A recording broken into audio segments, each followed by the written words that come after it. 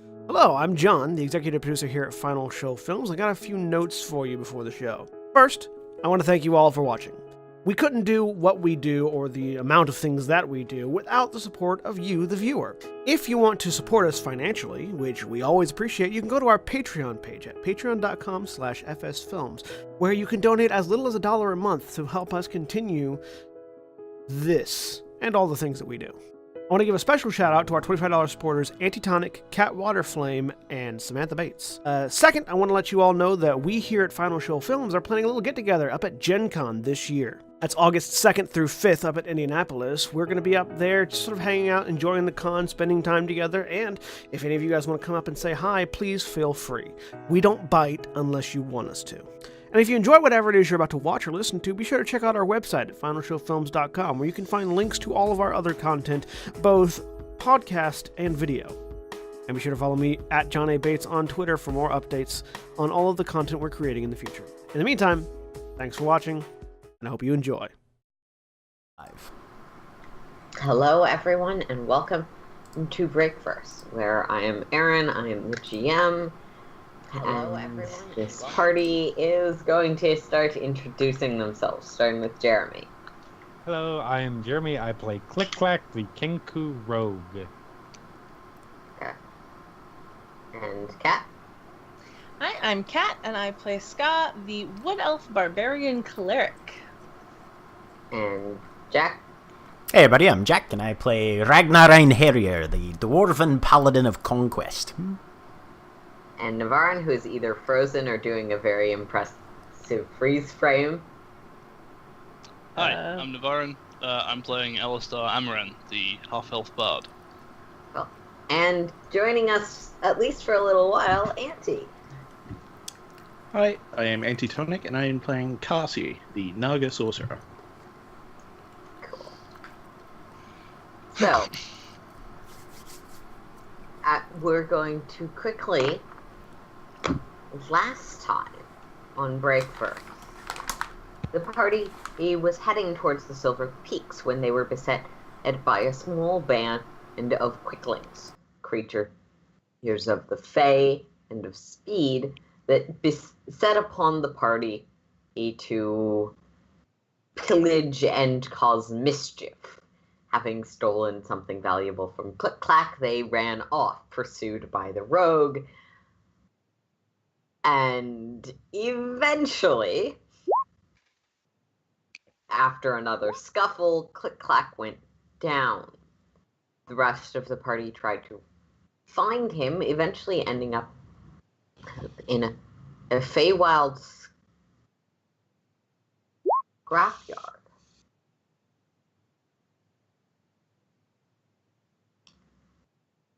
Sorry. Eventually ending up in a feywild scrapyard, which apparently took discarded, useless things, largely of a technological nature, or that the feywild just didn't naturally process and threw them away. Ragnar ingratiated himself to the local Fey Queen by offering her a stone containing his memories and a symbolic representation of his becoming a Tideborn. Someone whose old self has been essentially recycled and erased by the ocean.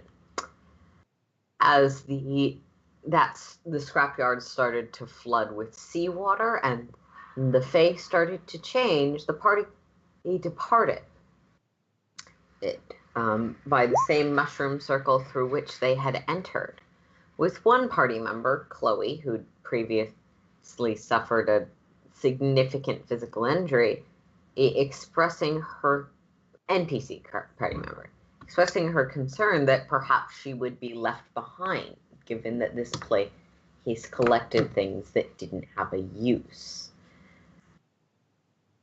And during all of this, Alistair, you have been slumbering in the cart. You vaguely remember walking for a little while through the Feywild before deciding to just lay down until something interesting happened. And in your dreams, you were on a shore. Behind you, there are strong, tall mountain peaks. and you hear a song that's vaguely, eerily familiar. Mm.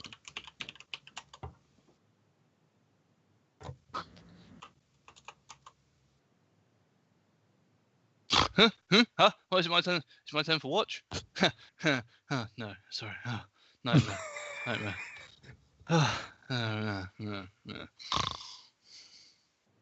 The tides lap at your feet in this strange dreamscape. The sky, the color of lavender. As you sort of, even without really thinking about it, look around to get a sense of your location, you see a woman who, in this moment, you do definitely remember. She's larger than life and more gorgeous than anything you have ever seen. And as she holds a pickaxe in her hands, you remember having seen this woman in your dreams before. She sings softly as she picks away at the mountain.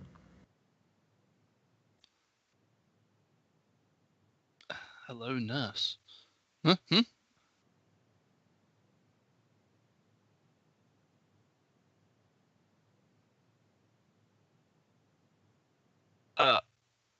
Hi? Hello? Hi? Without necessarily breaking her stride as she this large mountainous hill, she is. It's been a while. You're telling me?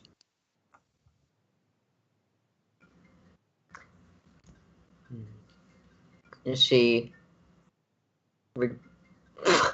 Yeah, that's my phone. I'll fix that later, but it should turn off now. That is not the most beautiful song you've ever heard. That is the death screams of an Apple device that is about to be chucked off a window.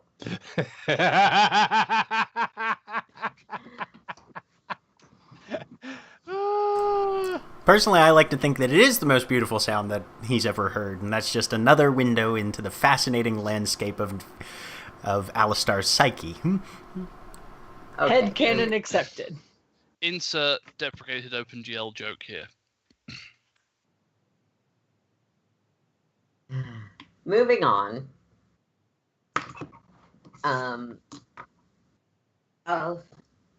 She sort of looks over to you. Last time we spoke, you promised me something. That doesn't sound like me.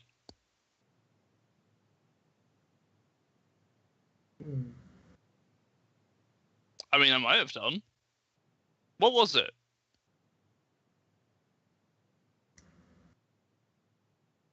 Secrets, stories, the songs of the world around you. You promised to seek them out and bring them to me. Oh. Yeah, it does sound like something I would say. Yeah. I mean, I've been doing alright on that front.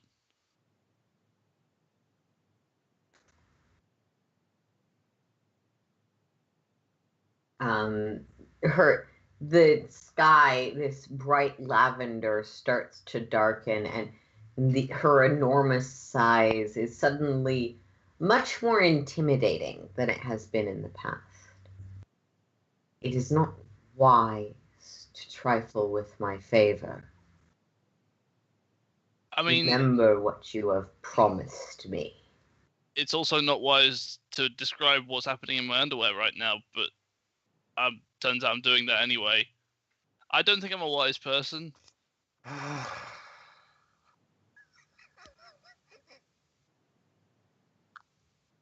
I'm working on it. I've got loads. I've got lots of good songs. I've got the song of the Shadow Demon.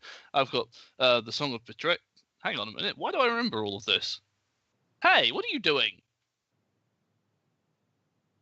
Her eyes are deep black pits as you look into them. There's still something stunning and beautiful and alluring about her but there's this ominous power that comes with it. As she, again, just very gently taps the mountain, and it starts to crumble an avalanche. I shouldn't be as attracted to that as I am. That's awkward. Remember what you have promised me. Bring me secrets. Remember or forget. I care not. But you will not spurn in what I have given you, and you will not deny me what I am owed. Hey, I'll bring you secrets. I'll bring you sunshine. I'll bring you love. It'll be great. I'm working on it. Don't worry.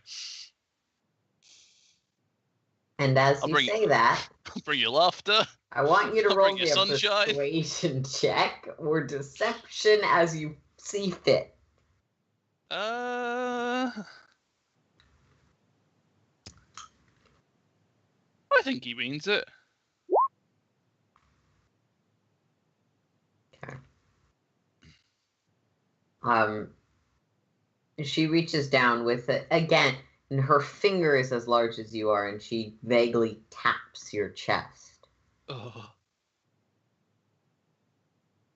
Take care you do not forget. Do that again. Take care you do it right. And like you were shoved back through this endless darkness as this song takes on far more ominous undertones. And you sort of blink awake in the back of the cart just in time to see some bright glowing mushrooms. Oh, see. And that's where we're going to move to Kavsi. Why don't you describe where you are right now, what you're up to? So I'm just going through some shelves and just boxes and things that are in this house. Mm-hmm. Yeah. Just seeing if there's anything fun or interesting. And why don't you, for the benefit of the audience and the other players, describe what your character looks like? Yeah, so, I mean, the picture sort of does it justice, but about 5 foot tall from, I would say, belly to head, sort of flared snake head, wearing sashes, scarves, that type of just cloth, essentially.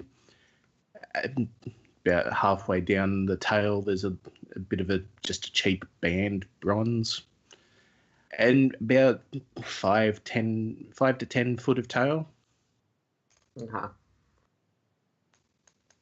So as you're looking around this house, almost as you pull open the drawer, you notice pop, pop, pop, pop, as these mushrooms pop up in various places around the house, starting to form a circle. And having been in the Feywild for a while, you pretty instinctively move out of the way as this glimmering flash of aurora lights warp through the space. And I'm reaching over and grabbing my staff.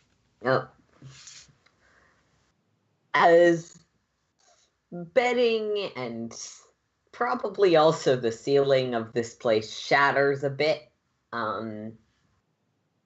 there's a cart sitting in what used to be a living room.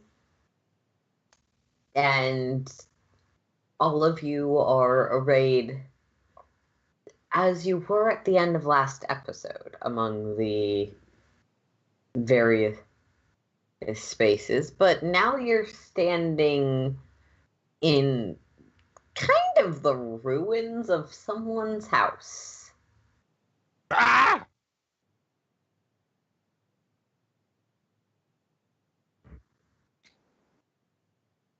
Whoa.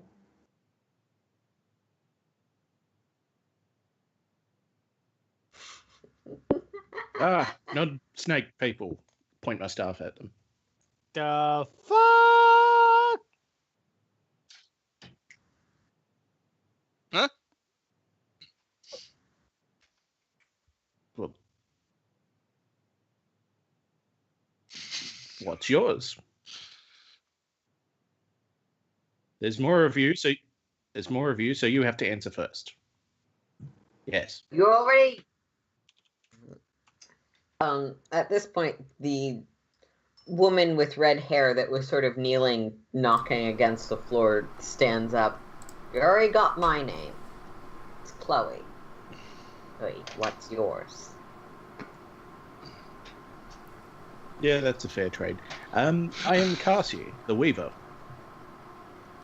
And what exactly is it you weave? Well, firstly, I'm hurt that you haven't heard of me. But no, I weave the threads of fate. The very magic of the universe. And So you're a wizard then? Harry. Of a sort. But for a simple But, copper piece, I can tell your fortune, your past, anything you wish. Ragnar kind of lowers the sunblade, which is this, emanating beam of radiant energy, hangs it on his belt, and the blade clicks off. Looks at Cassie appraisingly. Glances in his purse. I've only got gold. I would hate to say that, but yes, I would definitely take your gold. Alright, how's this for a bargain then? I'll give you 1 gold coin, and you tell mine, and Scar's, and Click-Clack's and Chloe's.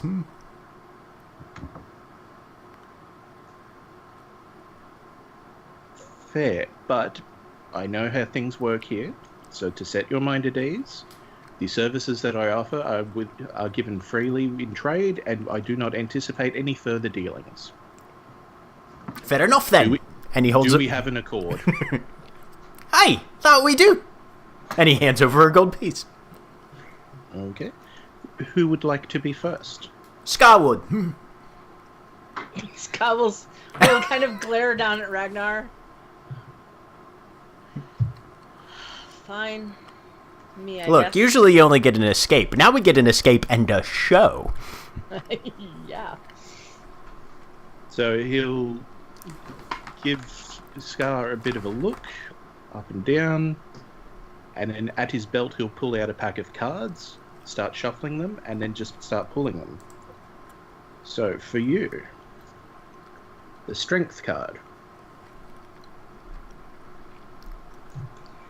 means courage, in touch with the more animalistic nature. And then death. Uh-oh. You've experienced some heavy loss, but still you persist. And finally, the High Priestess.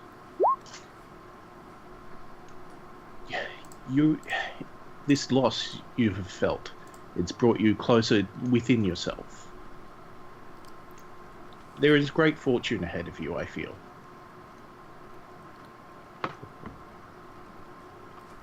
Scott will just kind of stare at you for a moment. And then just sit down next to Ragnar without saying anything. At which Very point they're about evenly heighted because Ragnar is still standing. Yep. Click-Clack looks enthralled. I mean, the roof is also probably a little low for some people. Yeah. Looking around, this house looks like it was probably built for halflings or gnomes or creatures of a similar size to that. Well, I'm the tallest in the group, so... Yeah, you would definitely have been sort of hunched over a little bit. Okay. I mean, parts of the roof probably broke when the teleportation happened. Yeah, because there's a horse in here. There's a horse Chloe! and a cart. Do Chloe next! Chloe's our bard, shy in arm. Yeah. This woman with red hair and a keen eye. And she carries a harp that she clearly can't use on her back.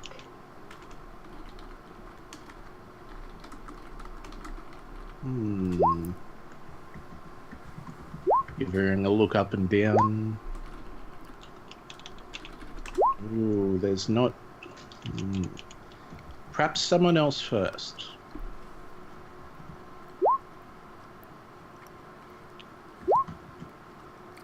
Roll out the cards. Ragnar will step up. Hey, you can take me on. Hey, what's going on? I'm getting my fortune told, lad. There, snake person. Hello. Yes, hello, we've done this bit, thank you. Gives Ragnar a look up and down. Ah, that's actually much better. Okay.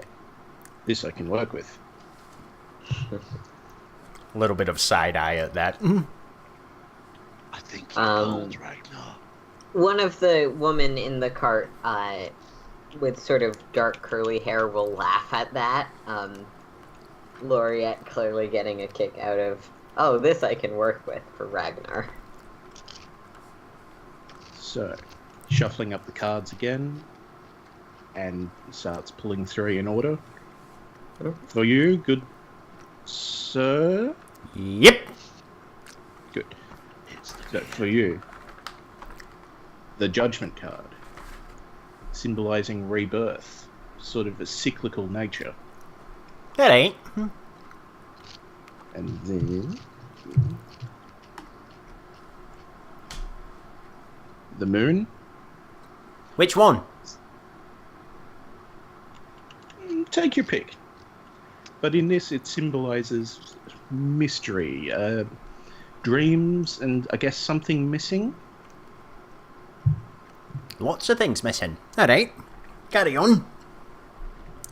And then the chariot, symbolizing progression, movement towards something. I see that you will get what you're seeking. I hope you're right. Come on, Click Clack, you stand up now. He's already right there. He's excited by this. Just look up and down. Interesting. Shuffling up the cards again. For you, I see the devil. Gar? Addiction, destructive patterns, search of power.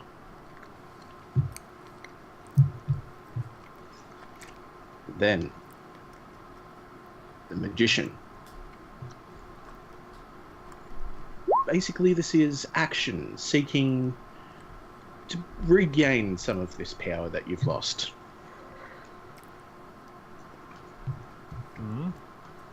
Then, the Hanged Man, symbolizing surrendering, gaining new perspective on life. You don't need this power. Others will come.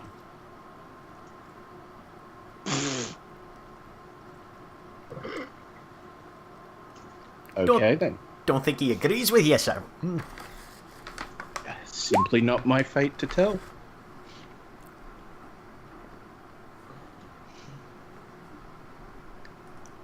And anyone else? Chloe, I paid for Chloe. Can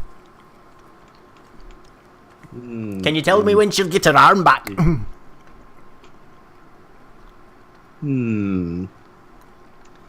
Let me see. Give her another look up and down. Shuffling up the cards.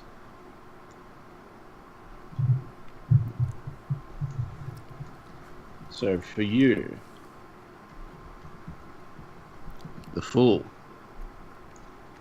symbolizing new beginnings, optimism, just generally enjoying life. Then,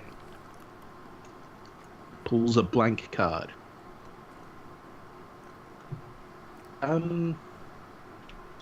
Sorry, this hasn't happened before. One moment. Shuffling up again. It's alright. Happens to the best of us. I'll bet.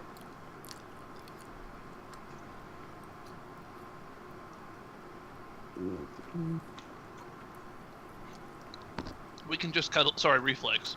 Sorry.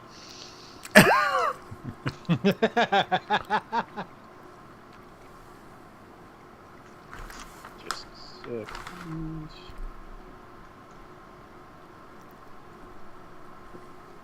So he shuffles up the cards again and then pulls another card. Where's the thing? So I know what I'm doing. And it's another blank. Is that? What? That is odd. I wish I had better news, I guess. I'm sorry. Chloe will sort of. Go ahead. It's not unexpected. Is this a So- free for all? Can I have a go? Sounds like fun. Yes. Who are you? Sorry, I am Cassie the Weaver. Oh. He does magic shit. Give him a cup or he'll tell you your fortune, apparently. Alright. Hands out. Just holds out his hand. Hang on. Reaches into underwear. There you go. Just the barest minimum, just... That like, is he'll a take it, proper but he's response. really not happy about it. I wiped it. Okay. Gives you a look up and down, shuffles the cards. So, for you, the Empress, symbolizing fertility, abundance of nature. You certainly get around, I would imagine. I get around. Wait, what does that mean? I think it's what you think it means. Oh. Then, the sun, symbolizing success, happiness. Unfortunately, you will do well. Of course I will. I'm Scott kind naturally of giggles at that just a little bit. And then, the tower. Tell me something I don't know. Yeah. Yeah. Yeah, the tower. Yeah. Symbolizing Like everything you know brought visibly to ruin. goes. Sorry, what? Everything you know brought to ruin, but with that coming insight. Brought to ruin by my getting around? If that's how you wish to perceive it, then yes, I'll take it. I'll bet.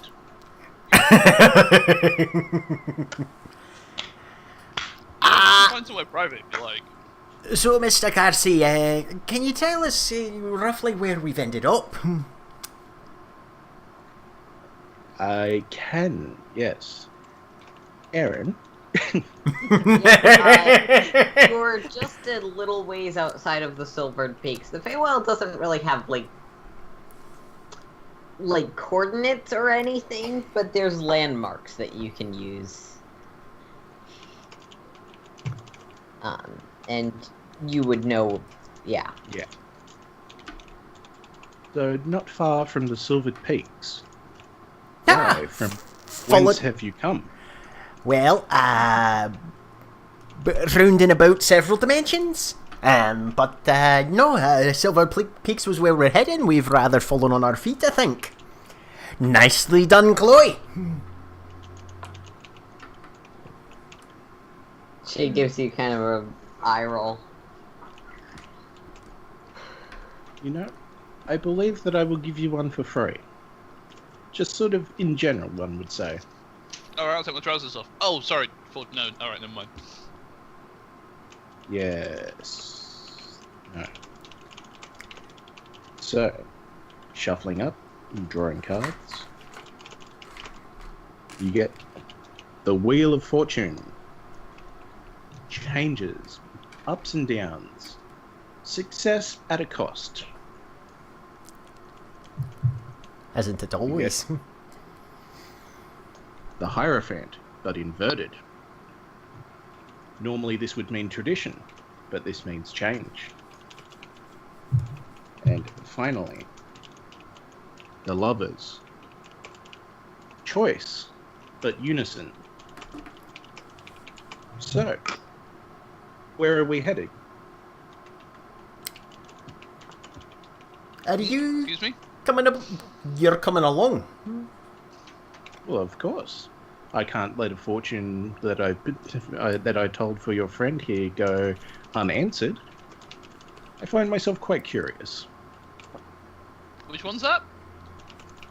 Or your Chloe, was it? Alright. Well. Glances around at the rest of the group. Is this the choice that you were talking about? It's a nice setup if it was. Well, that depends. Is this what you choose to read? I see what you did there. Alright. My head hurts. Let's go.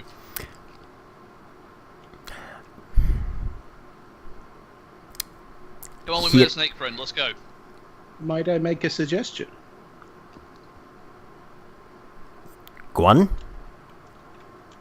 You, for the most part, seem quite capable. By the end of today, there is to be sign-ups for a tournament to be held. One of the archfey of this realm, the fairy or silver dragons that rule this land, will be hosting battle of kinds, and the victors will win a favor. Oh. Yes, Clack puts his hands up very enthusiastically. in the back there, you have a question. No, he's volunteering. More the better. Alright. What's the price of entry, do you know? Not offhand, I have not had a group for which to register. But if you're volunteering, I mean, we do need a favour. Favour is a kind of currency around here. But fighting a dragon? I think it's a dragon that's putting on the tournament. Or is it that we're fighting a dragon? Putting on a tournament. it could very well be one and the same. Yeah, Click The tournament has not yet begun, so I do not know. Clack looks very excited about the possibility of fighting a dragon. Because we've had Like, run-ins with super dragons excited. before, and Does it have to be fighting? As I'm led to believe, yes. Alistar, you can't fuck the dragon. Haven't you learned anything? Again. If I've learned anything, it's that I can. That's one of the randomized origins for 5e characters, according to, I believe, Xanathar's. somebody fucked a dragon. I was gonna say, the character in my Saturday game is the result of someone fucking a dragon, so yes. So, I no more information on that, thank you.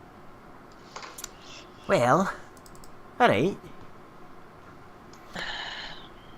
I'll be willing to bring you along then, if we can all work together and see if we can find a way to win this tournament, as it were.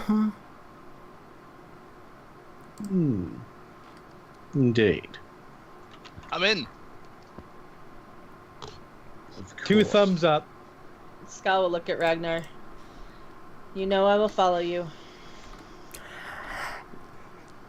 Alright, let's do it then. If you would wish to follow me, and he'll lead his way out of the house. Alright. So, Leaving the door open. once you are fully outside of this house, which, while it was half to largely destroyed, did still obstruct your vision, you can clearly see where the silvered peaks are in the not too far distance. there is... It would be challenging to call it a city, but that is the best term you can think of. The tips of these mountains are formed of and formed around these crystalline structures that spire into the sky. At the peak of the tallest mountain, you see one of these spiring crystals with 2 dragons perched atop of it. The glint of silver wings off in the distance, and wings that seem to beat with the rainbow glow of some ethereal butterfly.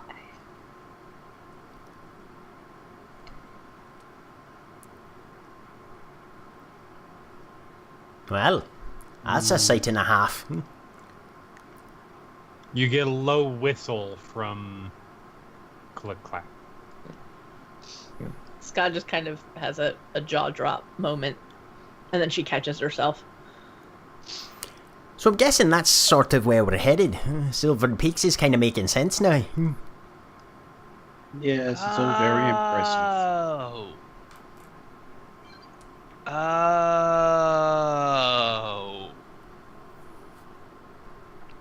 That makes so much more sense now.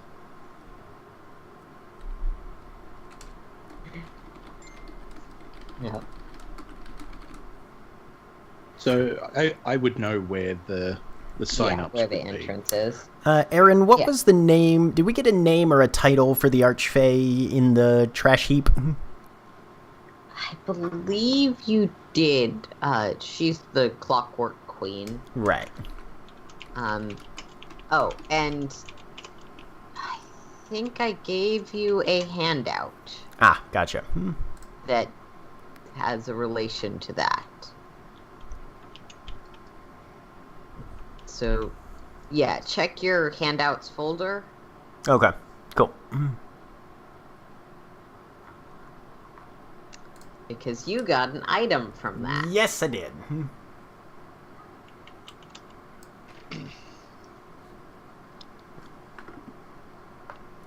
Excellent. Awesome. Yeah. Very well, right this way. Just Alright. leaving the door open and just. Mm-hmm. Ragnar will go to follow, turn. Carsey, whose house is this? Couldn't tell you. They're not going to be terribly pleased. And he pulls out his vicious great axe. What's the house made of? Probably mostly straw. We're going to have to Wood make a for the hole. furnishing. Okay, yeah. We're going to have to make a hole for the horse and cart to get out. And he just starts hacking away at the door frame. Yeah, within a minute or two, you have created a large enough hole. The structural integrity of the house is about at none by now. With the roof and doors and yeah, there isn't a ton of this small gnomish house left. And Ragnar will very deliberately count out 50 gold pieces, put them in a little sack. Anybody have anything to write with? Yeah, I do. Can you give me a bit of paper, parchment or something, and Yeah, sure. There you go. and he'll write a little note of accidental teleport accident, which is redundant, but he doesn't care. We apologize. Hopefully this will cover the costs of repair, and he'll leave that along with the 50 gold coins. Are you trying to give a fair amount, or are you just trying to leave 50 gold? If he thinks something else would be a fair amount, he will. Yeah, can he make like an insight or something? Roll me a stone cunning check, I guess would be the most appropriate. So, All right. double proficient history. So it'll be this plus 6. 12! Yeah, 50 gold seems about right. Okay. So yeah, he'll leave 50 gold. And a note of apology. Okay. Probably not even remotely close. Once people start walking away, I will use a sorcery point to do subtle spell to Fair cast enough. Tensor's floating disc to carry the gold behind me, so I can retrieve it at a Okay. later date. Yeah. I mean, that's what subtle spell is for, so... Yep. Yep. Just trying to keep it away from anyone looking, so no one just gets instantly suspicious. Make me a sleight of hand just to see how well you manage to hide it. Like, your teammates are not going to see it now, but... That's above my passive perception. You stow it away decently well. Don't care. I That is apologize if you hear surprisingly a not above grinding mine. in the background. That's that car that seems to think that running is funny. Cool. I mean, yeah, cars typically drive, so I would imagine. Not what I meant by running. But yeah. I know. So yes, I've for had the this- record, that is surprisingly, considering wisdom is my dump stat, not above mine. Yeah. So if you head back by here, you may see it click clack, but it is happening Yeah. outside of your peripheral. Oh no, that's fine. Yeah. I mean, it follows about 20 feet behind me. Yeah.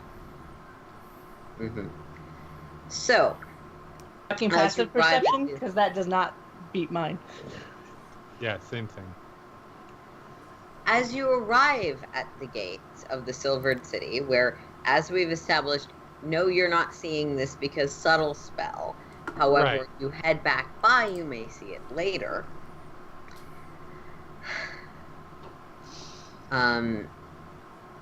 Yeah.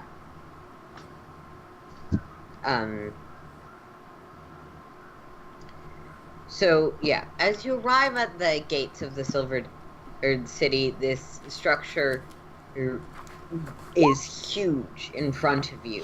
At the gate of the city, you see several constructs of a silverish blue coloring, seemingly creatures almost like similar to some elementals or golems you may have seen in the past, made of crystal. There's a short line of people lining up to enter the city that you enter this queue. There's short conversations, and eventually you move to the front of the line. And this golem creature looks each of you over. Welcome to the Silvered Peaks. The tournament begins again in 2 days. Individual sign-ups are ending soon. Please enjoy the markets and mind the signs to not enter where guests are not allowed. The city will close at sundown. Please have left before then. Looks round to Carsey. So are we a team? We like entering a team tournament? Is that what's going on? I think that would be the preferable option. I'm quite skilled, but I don't think that I could handle this alone. Cool. What do you do? And I weave the very fabrics of nature. Okay, but like in words that I understand. And I will spin my staff around and slam it into the ground and use Umbraturgy. Umbraturgy, yes. Well, after Alistair said words I understand, Click Clack just holds up his hand and fingers in a very small. And So what do you I'm- do with the Umbraturgy? I'm making my own shadow grow large and intimidating. Ah, shadow monster! I attack it. Make me an attack roll.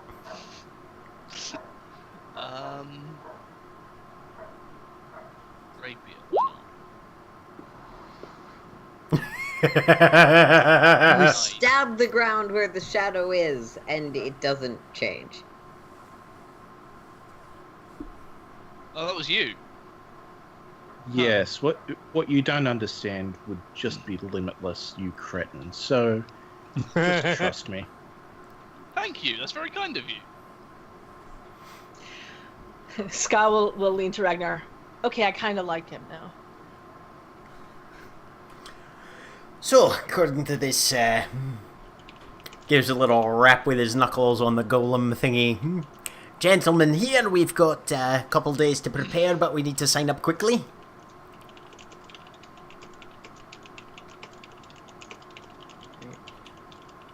So, Kelsey guides you through the market. Alright. Kelsey guides you to the market. Sorry. I was just gonna say, we need a team name. Guys, let's come up with a team name. Everyone make a suggestion. And as you arrive at a sort of large overhanging structure of crystal that seems to have glowing markers, a sort of dancing light spell around its exterior. There is another of these constructs which you have been seeing throughout the market. It seems that all of the labor, all of the merchants of the city are these crystal constructs of purple and blue and red. One red construct looks up to you. Are you first-time entrants to the tournament? Yes. Yes, I believe that'd be accurate. I am Speaker of the Dragons. Let me explain to you the rules and circumstances of the tournament at large in this iteration.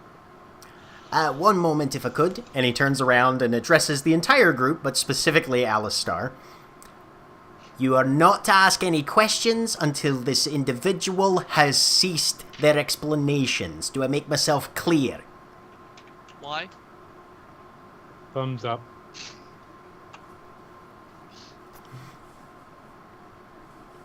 Sorry.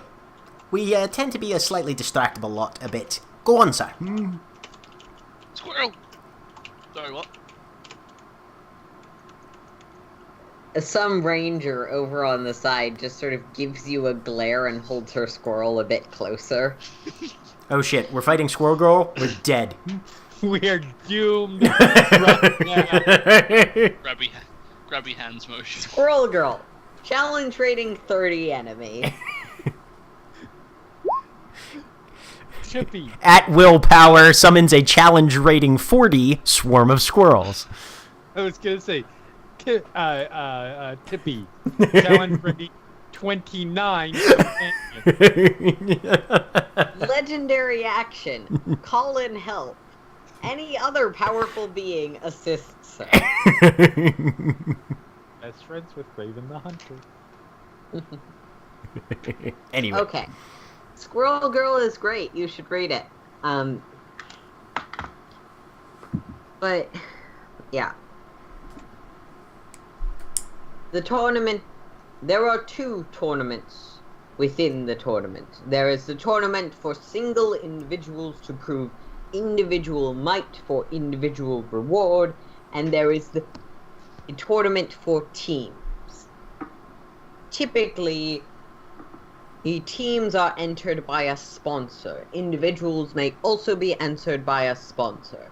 Any group with a sponsor may forego. Any group or individual with a sponsor may forego the preliminary round. The individuals who enter without a sponsor particularly, but it's most individuals that enter, will be required to participate in a preliminary round going to determine your skills and capabilities. Is should you be found wanting in an individual context, you may find others and acquire a group to enter the group iteration of the tournament. Tournament groups may be from 3 to 5 members. The specific rules of each round will not be announced until the round has begun. All rounds will take place within the arena.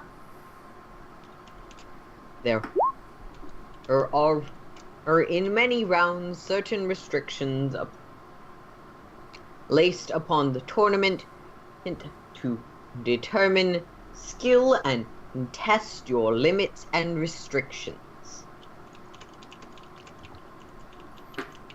Nudges right now.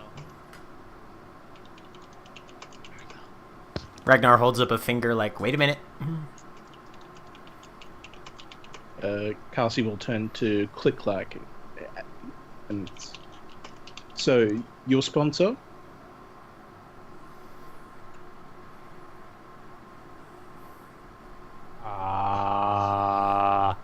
Draws a picture of a Red Bull.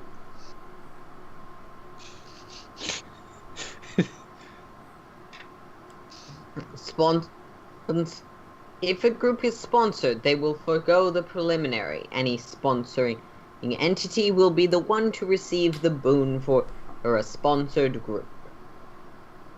A sponsor may also participate in the tournament in any capacity beyond and assisting their team from the sidelines. Nudges Ragnar again. I look back at Ragnar. All right, so basically, from what this guy has told me, you can skip the prelims if you have a sponsor. They haven't mentioned any qualifications for the sponsor, but the sponsor is allowed to help from the sidelines, but not directly participate. Yeah. Okay. Mm-hmm. And the sponsor is the person who gets the boon, Yeah. if you win. If you're a sponsor, you cause the group to skip the prelims, and you are the one that gets the reward for the team doing well. We should mention that the person we are collecting boons for as a sponsor. That's Ragnar's initial inclination. That, however, is not expressed in those exact words and is instead expressed in click-clackies. We would like to enter under the sponsorship of the Father of Wolves from the Altar of Sidestepping. Sorry, excuse me. I was talking to the leader of your group. I point to Ragnar. So does Ska. No. What? I'm Hey, pretty come sure. on. Hang on a second. Click-clack looks honestly befuddled. No, Carsey, our leader is unfortunately slightly restricted in the individuals he is permitted to overtly communicate with. I am merely the mouthpiece of our commander. And was therefore transmitting his desires. I understand completely. Turn back to Click Clack. I'm so sorry. Yay! Okay. Then, by all means, continue. Who will be sponsored by me? That would be myself, our commander, Click Clack, Ska, Carsey here. Glances over the rest of the people that are standing there, waiting for volunteers.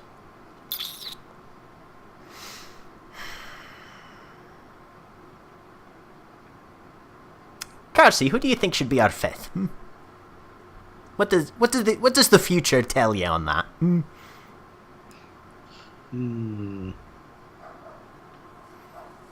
Well, this one won't do any well.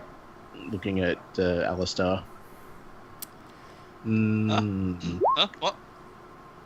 If you have so- more members or wish to determine the might of your members independently, it is advised to enter the tournament as individuals, and those that do not pass the preliminary of individuals may assemble a group.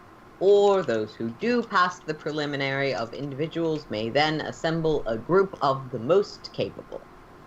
What about that tall one in the back? I don't believe I got a name. Is that Sylvester? There's No, it's the horse. Oh, okay. Yeah. Zelwyn, who's the monk, will sort of pat the horse's side. She's a good ride, but no.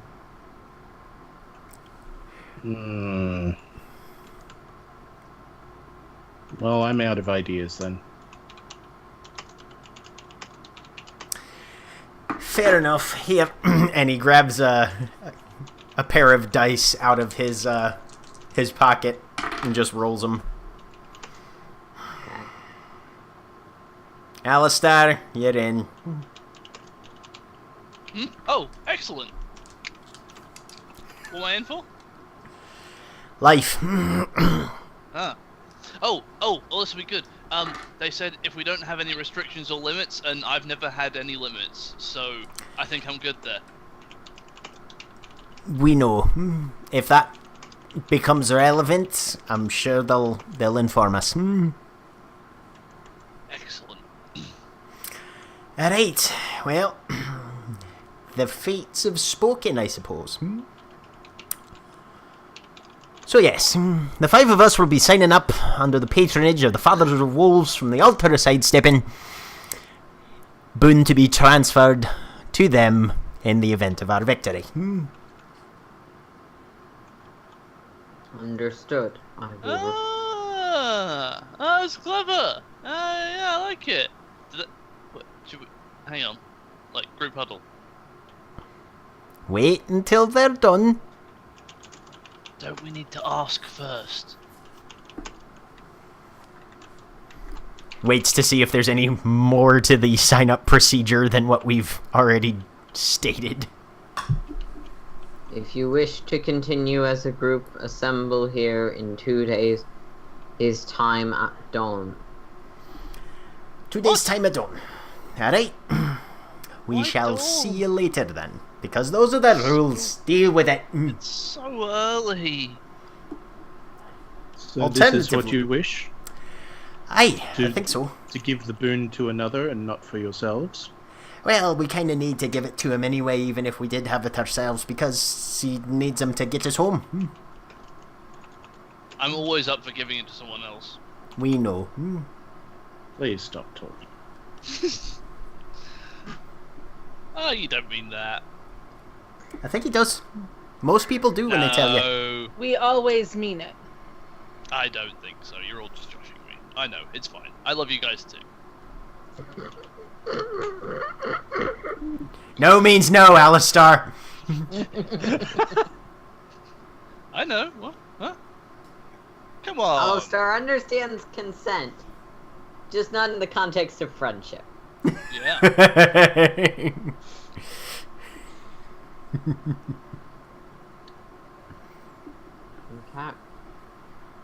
So, given that we are to be as a partnership, I would care to know more about your abilities. I know that myself I am very skilled, but I have no such assurances for you.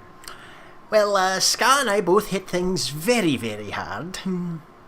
Let me tell you the tale of the time I saved everyone from dragons. Don't. Click-Clack's a sneaky little bastard and can definitely find the soft spots on almost anybody's physiology. Yep, and proceeds to do an acrobatics routine. Make me an acrobatics roll. Give me a moment. I had to refresh this. I had to refresh the stupid roll 20. Not for any important reason other than there was when I put the cursor over one of the die rolls so I could, grab the die roll, because that's what I do. The little thing stayed when it I moved hate that. away. I hate that. Okay, I'm not the only one who's driven insane by that. Good. Yeah. Alistar notices what Click Clack is like saying, and it's like, oh. Also Ragnar's saying, it's like, oh, let's get Click, let's try and find my soft points at some point. So 16. Which is very good. Not off great for a Click Clack, plus but is very good. 11. It's functional.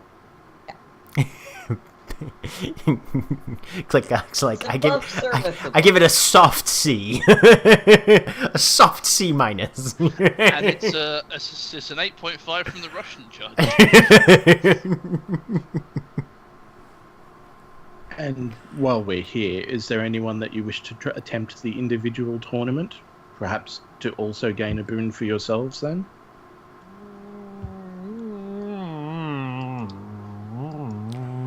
If you wish to demonstrate your abilities to your comrades to prove you are worthy of being on a team, one recommended way to do that is by entering the individual tournament. Both hands are up. Hey, I'll take a piece of that. Both hands high in the air, waving frantically. I was, however, indicating more of your companions. If you get injured during the individual tournament, how would you be a benefit to the team?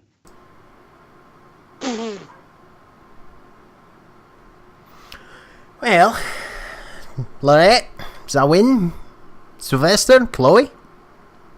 Anyone? Laureate will look around at the others. I'll sign us all up. Nah, I'm good. I'll be fine. You're part of the team squad already, and apparently Yeah. that's, you're only allowed to bite one. So if Wait, who I like? they all go in as individuals, and they all earn a boon, would they help us with those boons going to where we need them to go? Laureate will sort of lean in. Scott, it's a tournament, dear. I suspect that at most one of us is gonna win in the individual round, and one team's gonna win in the team round. That tends to be how these things work.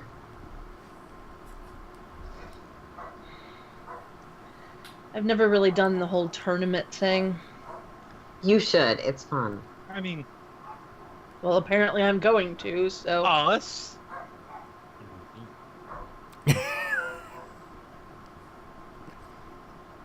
Alright.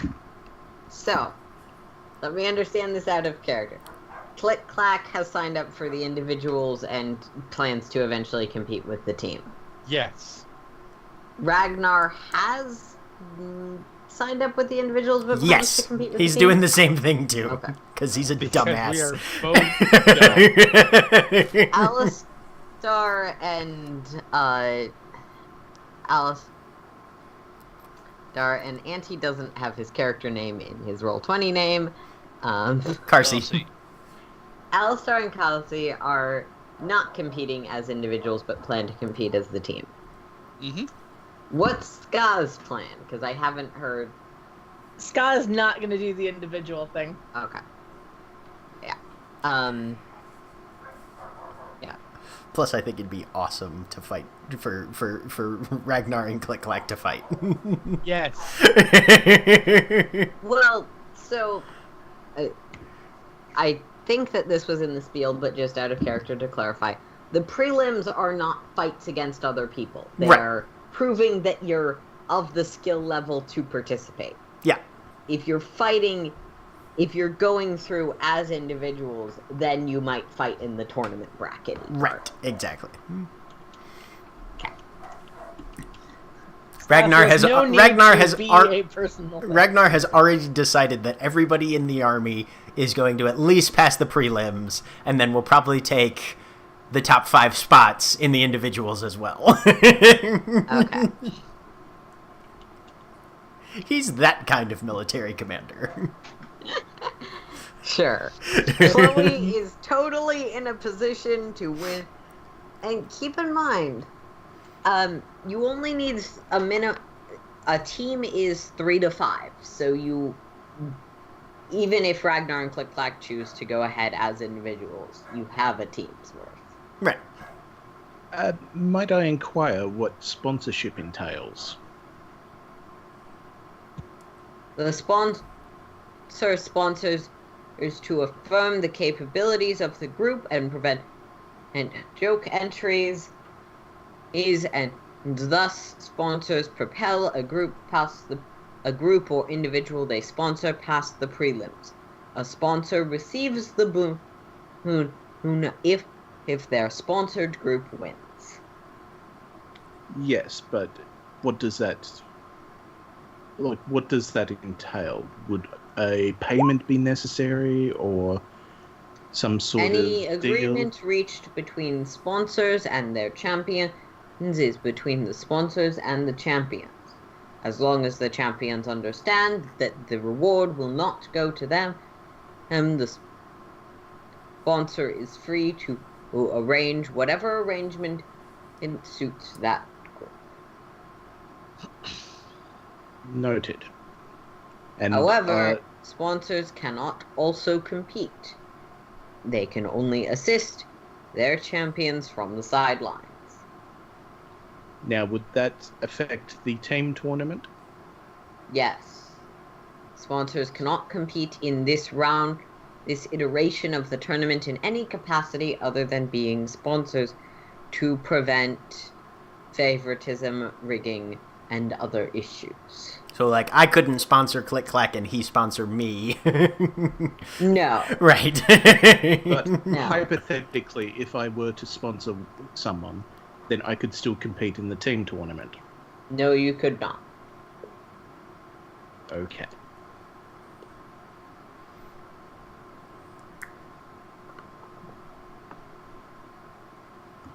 You may only sponsor one individual or group if you choose to sponsor. I've sponsored everybody. Just give me the boon now.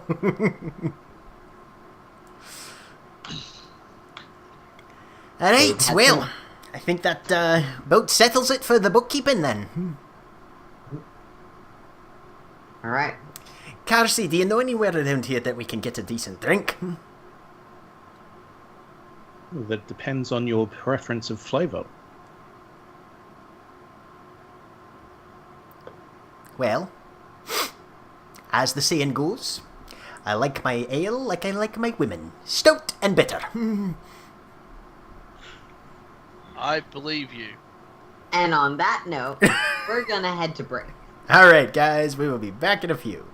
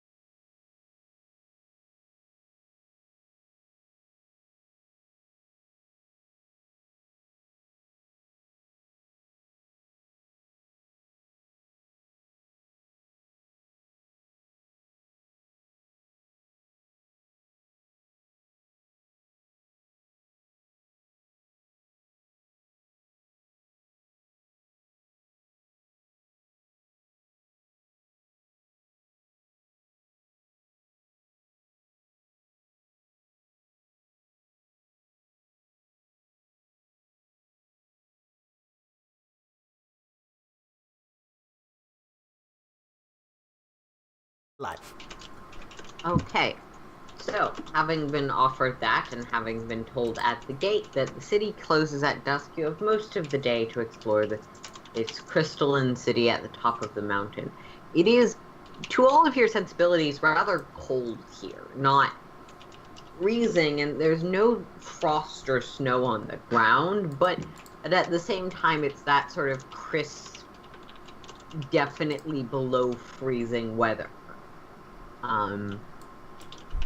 Most of the area of the city that you can wander around is occupied by shop stalls selling swords, axes, armor, are often made of fanciful crystal, and statues, other craft works at these various stalls.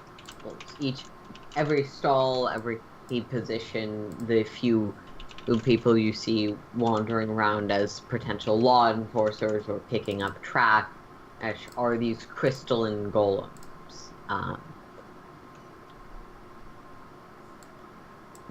Most of them are this bluish, light blue. Few that you see are a brilliant red. A small number are purplish hue.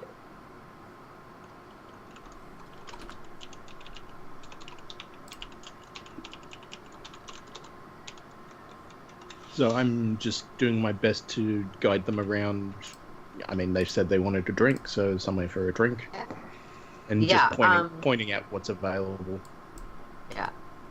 You know where the main sort of inn tavern is. They don't offer... Well, they do offer rooms. They're just not very convenient given that you can't use the rooms at night. But yeah, you guide them to one sort of building built into the stone of the mountain with clear crystal windows and bright fires burning within, where there are several of these silver or golems wander around. You're guided to a side booth, and this is an establishment that serves a wide variety of alcohol. A scroll is placed in front of the group of you with a number of dishes, and a drinks menu and a food menu are placed in front of you. Aside from karasi, sorry, I keep mispronouncing that, karasi, none of you recognize any of the dishes by name. Ragnar's looking at the drinks. Does he recognize any of those? You recognize, like, the descriptions. Like, it'll have, like, a name or a type, and then, thick and hearty brew, or whatever an actual alcohol description sounds like. Notes of winter. Something like that. It's just a snow cone.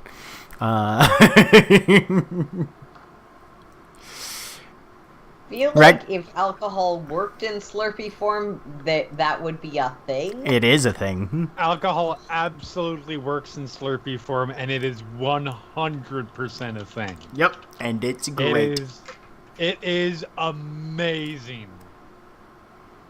You know, I have no room to judge weird Slurpees, so moving on. Weird Slurpees is my Reliant K cover band. Can I order something specifically poisoned? Oh yeah, probably. Just because of the tang, because I'm immune, so... Yeah. Yeah. Fair enough. Yeah. Yeah.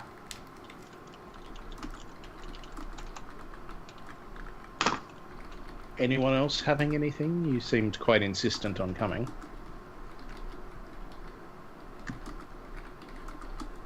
Click Clack will point at something random. Okay, roll me a 1d100. Oh, good. I am good at these. Scott is not drinking. So, would I know what is indicated?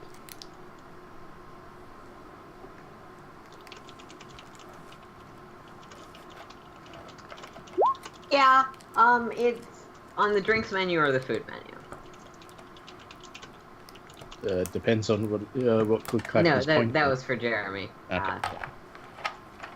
Sorry, say that Drinks again. menu or food menu? Drinks menu. Okay. Definitely drinks menu.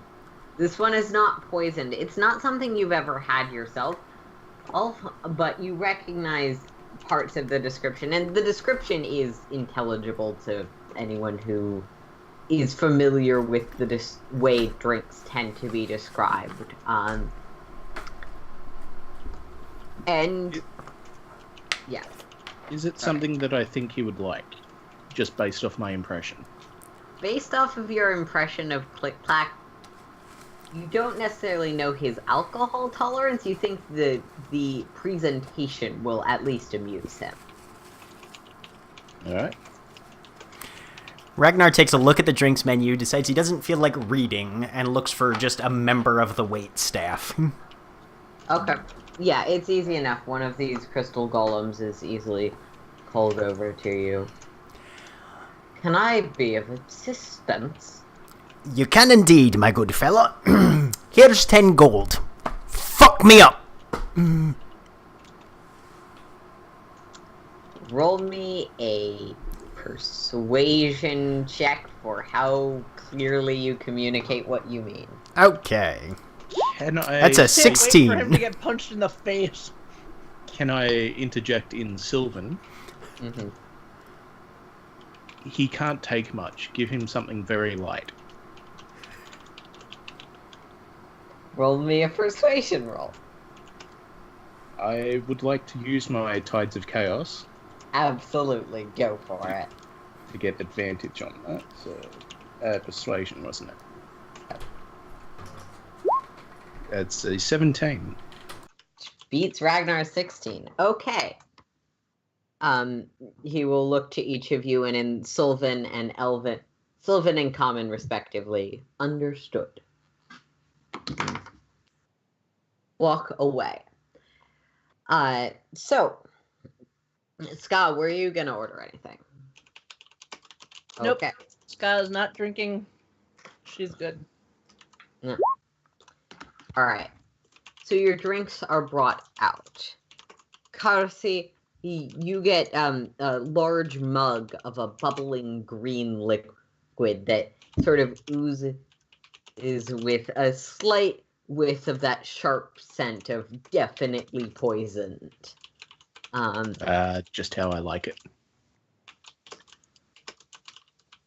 Click clack. You are brought out a strange glass that sort of has a twisted bottom to it and a bendy straw on top, filled with a vibrant pink liquid that has small greenish boba bubbles, essentially, in the base. Okay. Ooh. Ragnar, you're not entirely sure what your drink is. It's just a clear glass with some sort of entirely black liquid.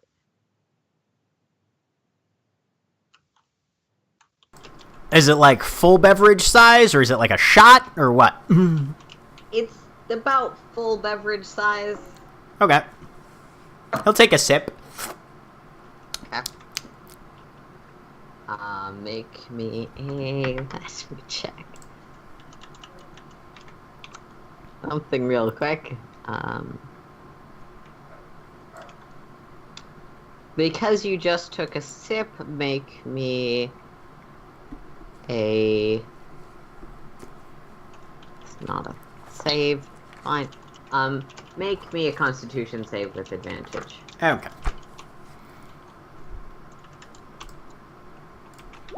$19. It doesn't taste particularly alcoholic to your sensibilities.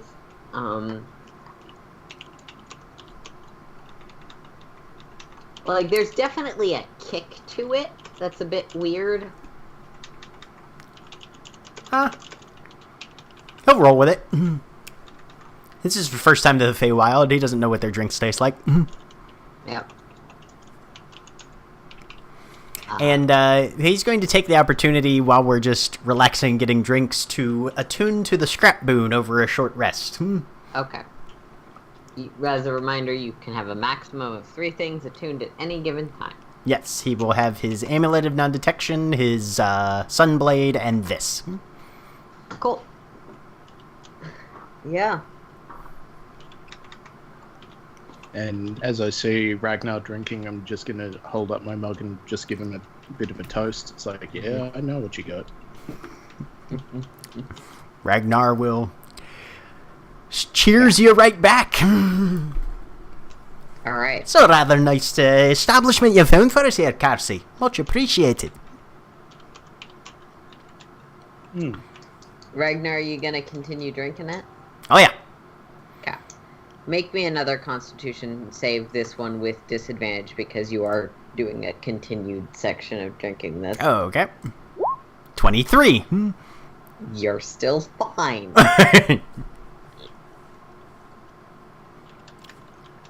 Seems these Feywild types can't handle their liquor if this is the best they can do. I'm barely even feeling it. Really?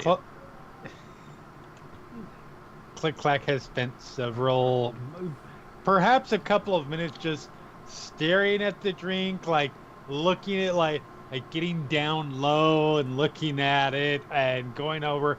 And after that period, he's like, picks it up very carefully, takes a smell, clunk. Just pounds the entire thing. Yeah. It's just some variety of sort of sweet, the thing that's stereotypically a girly drink in a bar. Uh-huh. Girly Yeah. drinks sneak up on you, man. Girly drinks are the best. Yes, they are.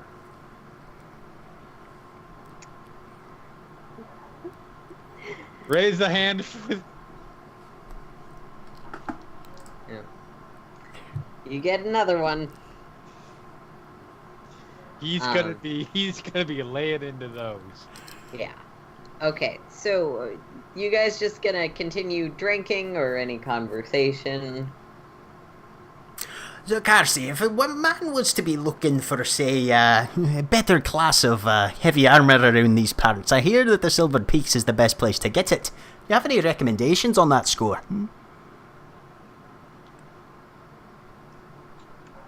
I think you're muted. Yeah, Bingo. I was. Whoops. I don't usually partake myself. I am prodigious enough that I don't usually need armor.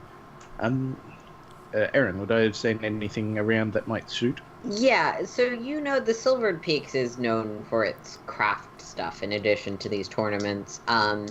So yeah, you would know many places that sell fancy armor, from just really well-made armor to actually magic armor to all sorts of varieties of specific enchantments. That's kind of their business. Anything that's a little bit more gendered, let's say? Oh yeah, definitely.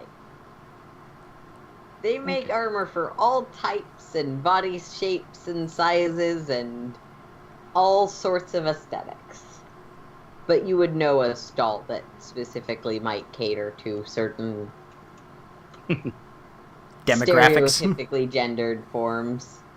Yeah. Are we looking, so I'm clear, are we looking for boob armor or pink armor or both? Pink and ribbony. Okay. Yeah.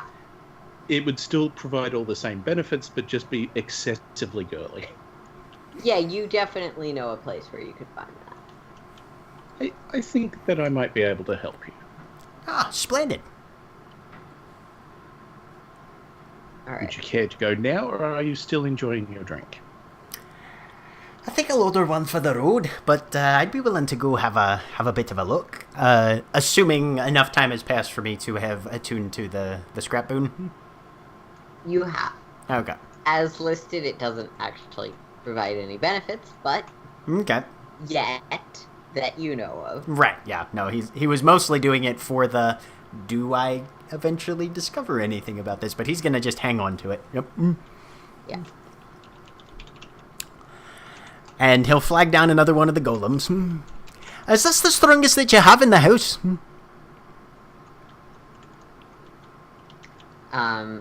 The golem will look. No. Oh. Well, get me one of those to go, if you don't mind. The strongest that you have. I'm just behind you, like, just...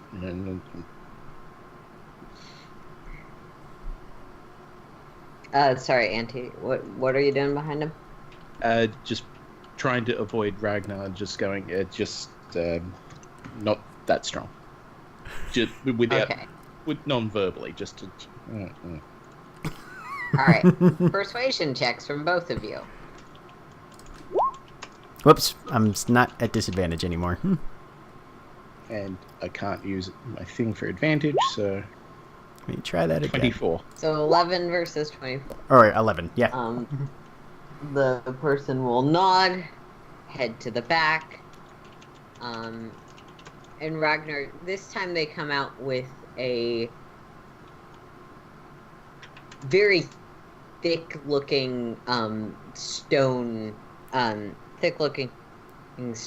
mug with some sort of blue and green swirling liquid within it that seems to be in an endless spiraling pattern with no He sees the prompt. mug and he's like, oh, now you're talking. Let me see that.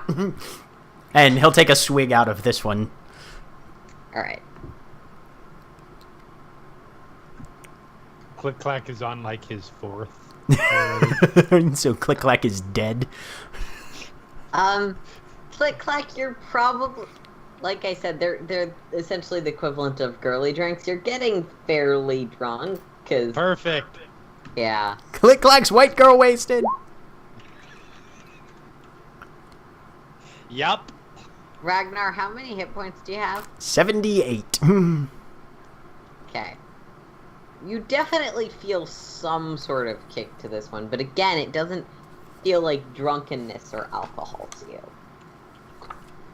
What does it feel like would- then? Would I know what Psychic turn he ends damage? up with? Yeah. So you do not take any damage. Okay. You can roll me an Arcana. You would know. One of the sort of traditions is if someone can't actually hold their alcohol, you just give them sleeping potions. Because then they think they got blackout drunk. Is it possible that I could use another subtle spell and cast Mind Spike? If you would like to, yes, you can. Would you like to try and make this concurrent with, like, that sort of second waft of flavor for the drink, or just Yeah. unrelatedly? To see if I can get it to actually go off. Okay. So that is... Can you put Mind Spike in chat for me? Yes.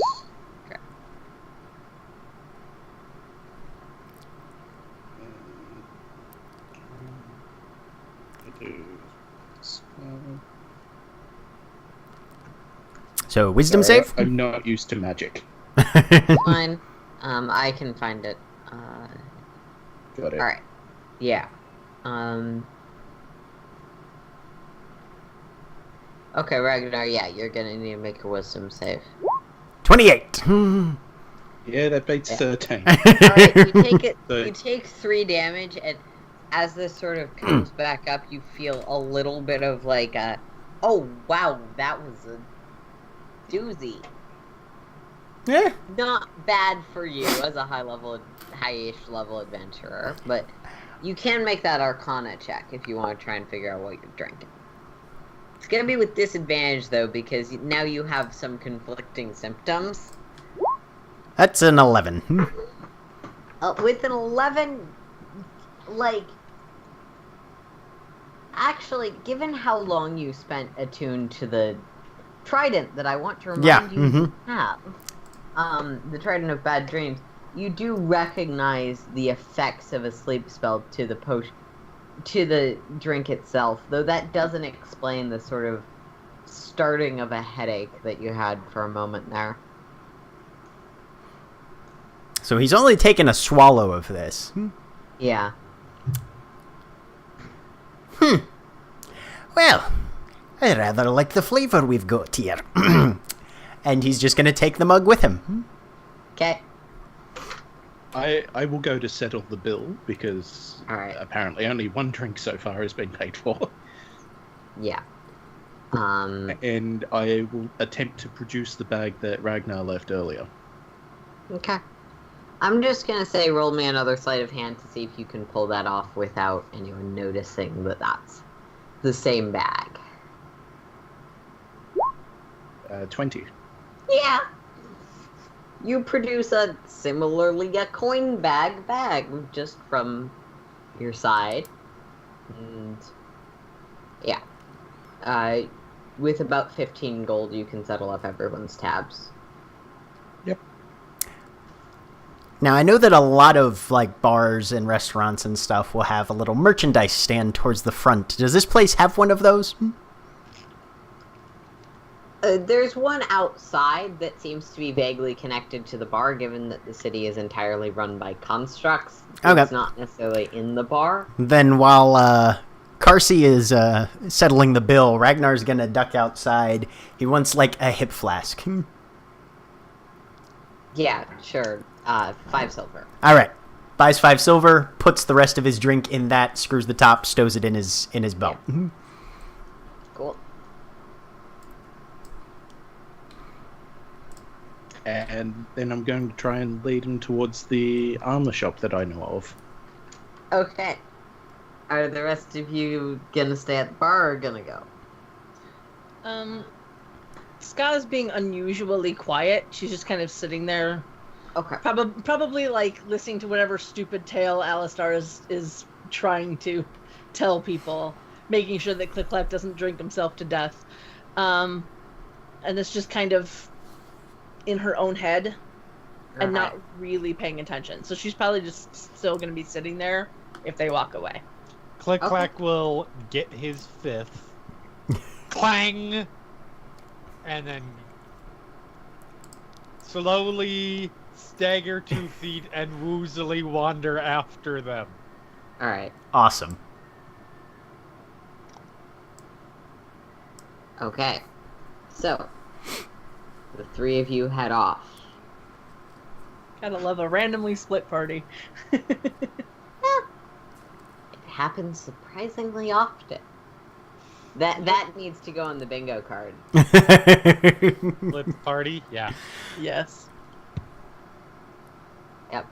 So, you all wind through the streets to a glittering, like the rest of the city, glowing armor shop.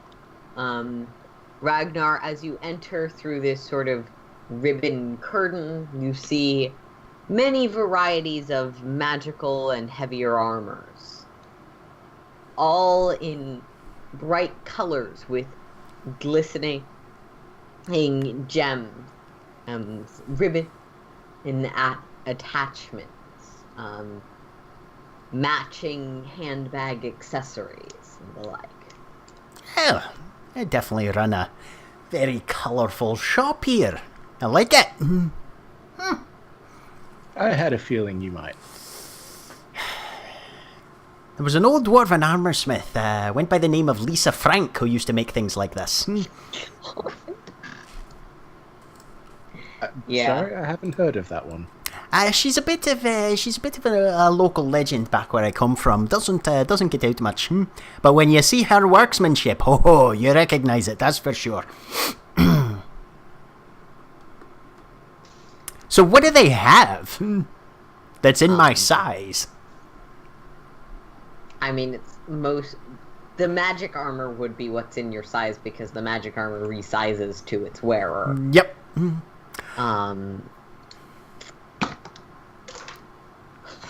They have a few different varieties of magical armor. Give you D&D Beyond. It's better if you have it up when you know you're going magic item hunting. I don't know if that slogan will catch on, but we'll give it a try. We're workshopping it. We're workshopping it. Yeah. We're workshopping a lot of different ways to sell D&D Beyond, should they ever sponsor us. Hint, hint, nudge, nudge. For all you Wizards of the Coast people who want to do a stream of Many Eyes every week, we've got the personnel to help you do that. And don't worry, we know that you're watching. Yep. Because we I mean, are also watching someone you. with not Wizards of the Coast, but with whoever does World of Darkness stuff actually does watch. Yeah, Onyx Path hosts us on occasion. Which is awesome. We love them. Yeah.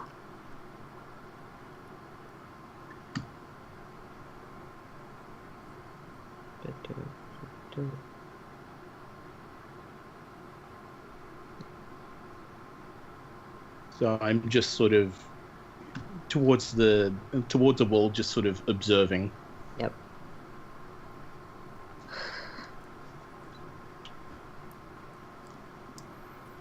All right.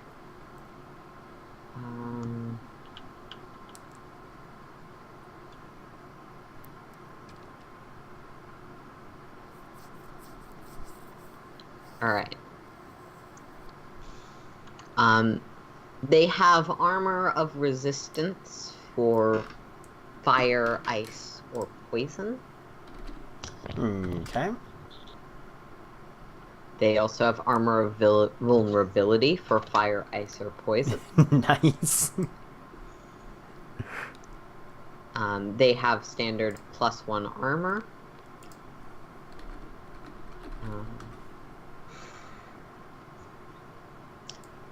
They would have a shield of missile attraction with lots of bright pink ribbons flying off of it.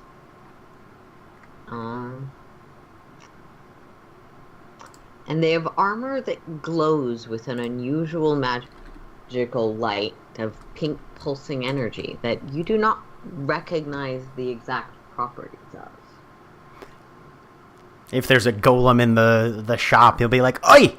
Can you tell me what's this one?" This is armor that it can be donned and doffed without incident and offers a slight additional protection. It comes in an aesthetically pleasing format. Would you like to try it on? I would indeed. Okay.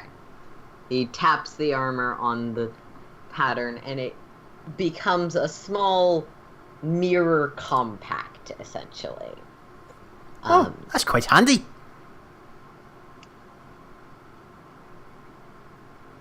So is it basically Each like the activation phrase, a soul is my weapon, and it will activate. holy shit, Ragnar's a magical girl. My soul is my weapon. Yeah. Which is And rather... in glittering pink and purple, this armor lights up. Ragnar's entire form is covered in sparkles and glitter. And Oh, gonna be making the dragons jealous, and Alistair too, actually, come to think of it, probably. And he transforms like a magical girl. His hair and beard now covered in braids and ribbons. Thank you, beard. Oh, yeah. Yeah. His hair and beard now covered in braids and ribbons and bright pink, stereotypical leader of the magical girl group armor, except for in breastplate form. This is breastplate, a +1 breastplate that can be taken on or off with a bonus action.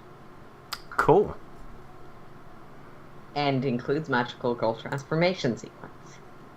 Oh, it's everything. Did you I say always sequence or sequins? Both. I meant sequence, but I think both are appropriate. That works. Let me This is see. the best thing. It is? They do also have it in all the other variety of armor formats. So I'm you so can sad. get leather or padded or... Plate? Can you get full plate? Yes, you can get full plate. I'm so sad that Navarin had to go because I just can imagine the reaction to this. Oh, but now I get to describe it to Navarin without him knowing how this happened. He'll look down at himself, kind of evaluate. Can you do anything about the ribbons, or do those come standard? That is an effect of this particular armor and inherent to the enchantment. And what color are they, Aaron? These ones are bright pink. Do you have anything in more of a bluish or green?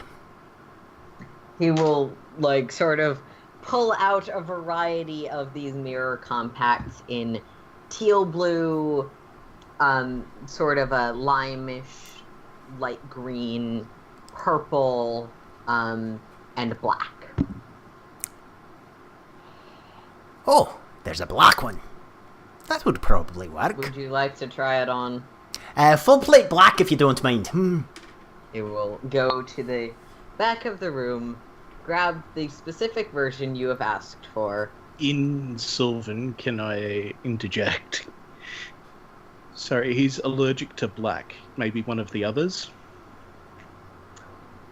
Make me a deception roll. And this has been happening a lot. Can I start to pick up on this, maybe? You can pick up that often when you say something, there's something in Sylvan other next to Right. it. Mm-hmm. Yep. Okay. I don't think you speak any Sylvan. No, I definitely don't speak Sylvan. It's a 13. Alright, with a 13, he'll sort of in Sylvan to you. I will also provide another variety should there be an issue. In Sylvan, back to you. But he will come out and Ragnar, he'll hand you the compact with the black pattern. My soul is my weapon! For this one, the activation Oh, damn it. phrase is by the dark blood of my sacred heart. By the dark blood of my sacred heart! That's an incomplete sentence.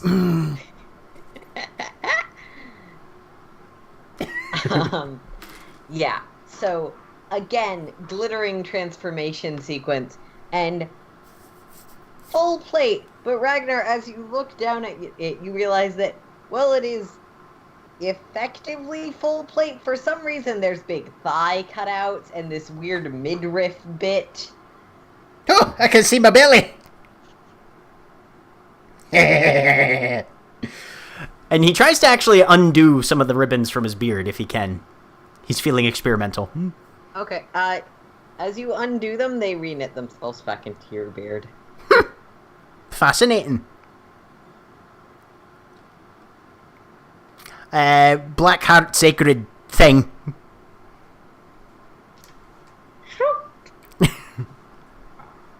So what's the asking price for this one?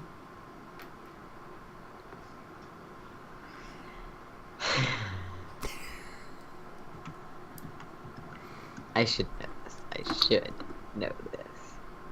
Or is this more of one of those barter things where I give you, like, memories and shite?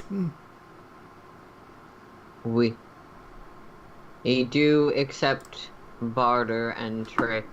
We also accept currency from most of the primary realms. All of one or mix and match? Mix and match is acceptable. That's how you use magic items.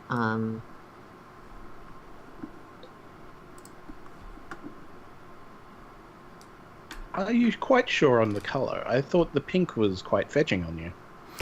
Aye, but black's a bit more in keeping with me. I was hoping for like a rather more oceany green or blue, but most of those were a bit more bright coloured. Such a shame. Yeah. Black comes in the sexy evil variant. Because we're going by magic typical girl standards. Though, for Ragnar, that's not inappropriate. Nope. Um, Ragnar's quite sexy evil, thank you very much. I mean, sexy neutral, but, you know. 4,500 is the standard asking price. Case in gold from the material realm. I see. Well, I'll be asking you about barter then. I've got some knowledge of birth control herbs from the material realm I could offer. I have the correspondence detailing a conspiracy amongst Underdark slaves that I could contribute if you're interested in mushrooms that make one grow smaller. Or possibly things. I don't know what other uses you might be able to find for them. I'd be happy to offer those as part of the pot. I've gotten the tools for alchemy as well, and a number of other things. I would be also willing to offer some gold, and I'll pull out Ragnar's bag. Okay. Do I recognize it as my bag? You know, Ragnar, looking at it closely, that is the exact same bag you had. That was exactly your coin purse's shape. Gives Carsey a very kind of eye-narrowed look. Doesn't say anything, though. Oh, no, not at all. So... between those things, we can offer those items and a price of 3,500. Well, afraid it's still a bit outside my price range, but I appreciate you being willing to share those your inventory and stock with me. And I'll hand the little hand compacts back. The pink is a standard price of 2,000. Understood. Well, most impressive workmanship you do here, I must say. What would be on offer for the boon of an archfey?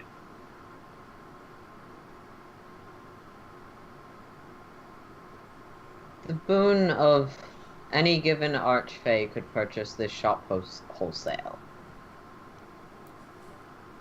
There you are, something to consider.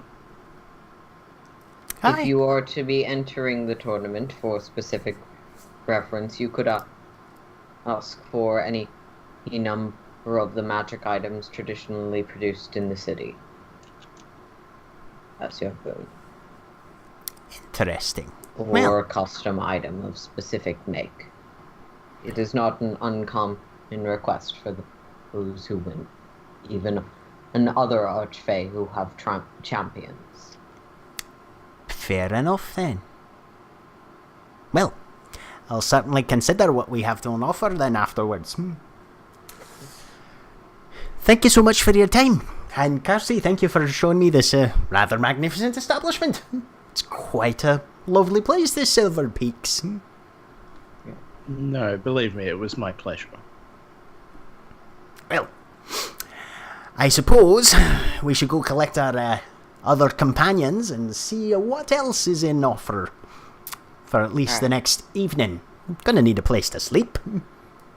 Yes, because we are not to be within the city walls by dusk.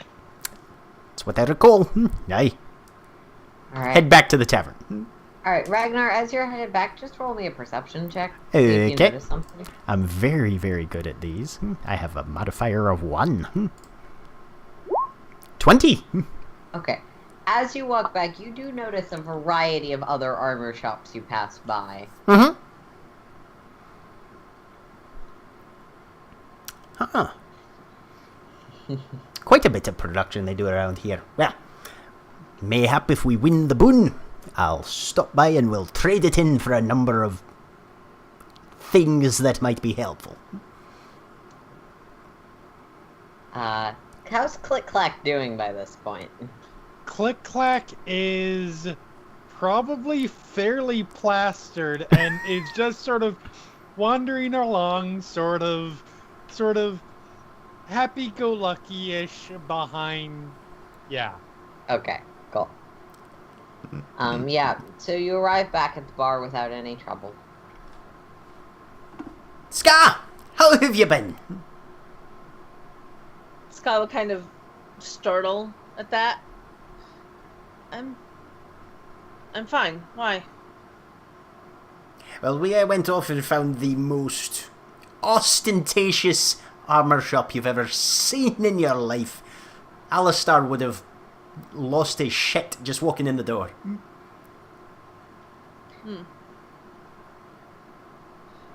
She'll look over at Alistair, who's probably passed out by now. Alistar, who's got some very fancy but not very useful armor of his own. Yep. Well, everything okay though? Aye, a little pricey for me at this point, but I hear that they told me that if we win the boon, and of course if it's not the team that wins it, or if one of us wins the individual boon and takes possession of it ourselves, you could trade it in for a lot of very fancy things that we could then disperse around the rest of our little army we've got building here. So, if that happens, something to consider, possibly. Interesting. Personally, I know we need the boons to get home, and I'd rather get home, but I can see where you're coming from. Aye, yeah, no, we'll definitely have to hold on to at least the majority of them to get home, but if we've got one or two to spare, it might be helpful to make sure we're kitted out before we get there. Or possibly kitted out to make sure we've got the best chance of surviving getting the other boons that we need. Anyway, just an idle fancy that I had. Yeah. Also, you can't use two boons from the same archfey, so if you win both the individual and the group, Yep. you could use one of those for army outfitting. Got to consider your logistics. About how close to dusk is it getting, though? It's maybe an hour or two. We should probably find a place to sleep for the night. That was Carsey's suggestion as well. Let's be on our way, troops. Don't want to be caught behind the gates after they shut them. Again, she'll glance over at Alistar. Sylvester will, sort of without being prompted, just pick up Alistar. Please allow me, and I will ritual cast the floating disc. Yes. He'll plop Alistar down on the floating plate. Kind of hang out for 10 minutes. Cast a ritual. Yep. Yep. And Cool. to Click Clack, who's a little bit woozy, I notice. Just a wee bit. My friend, if you wish.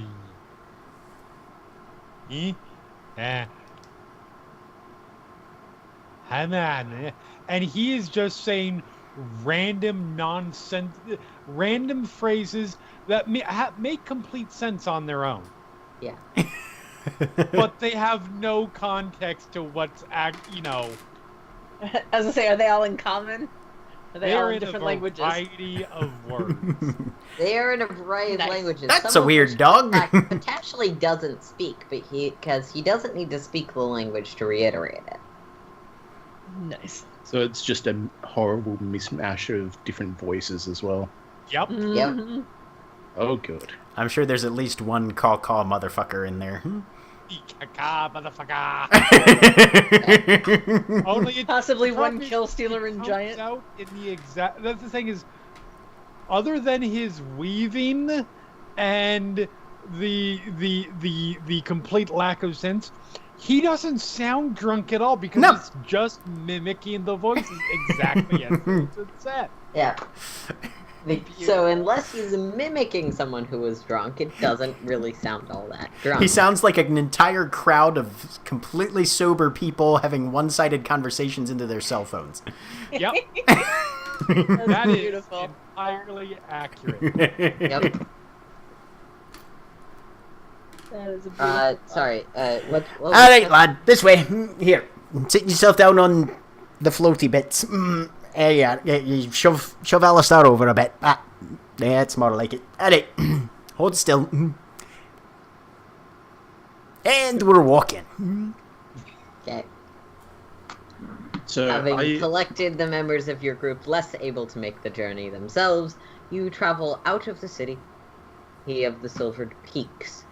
Looking up, you only you can't actually see the peak itself from within the city, you now realize. And looking up, you currently only see one of those dragons, the one with the butterfly-esque wings perched up top.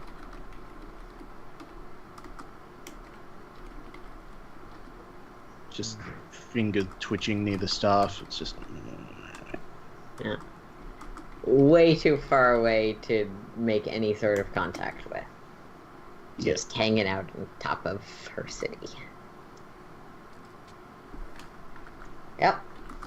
So I'm not sure what my usual arrangements have been, because obviously I wouldn't have been allowed in the city before. But well, I don't know. you could have gone in the city at any point. You just couldn't have stayed in there overnight. Yeah, so I don't know if they're going to be suitable for a group rather than a single person. Well, so there was that house that you had been temporarily squatting in. Yeah. That's not really suitable at this point. You could probably make camp on the mountain if you wanted, or you could find another house to similarly squat in. Because we have a cart. There is quite a bit of random, mostly one-off houses outside of the Silver Peaks.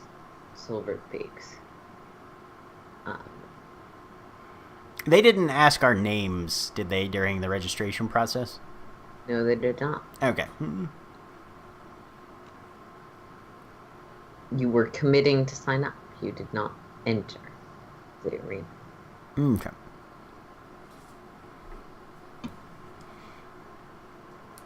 So we can either camp out in the open, or I know a couple places that we could reside in for the night. Well, if you know some places, I don't see why not. Having a roof over our heads is always pleasant. Very well.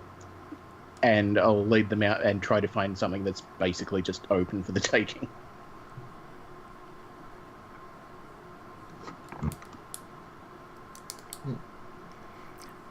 Will that be investigation or something else? I really miss the streetwise skill. Right? Yeah. No, that's gonna be investigation. Ragnar will help. Okay. So I'll just do another one then for the advantage. Yeah, I'll take the 9. 9.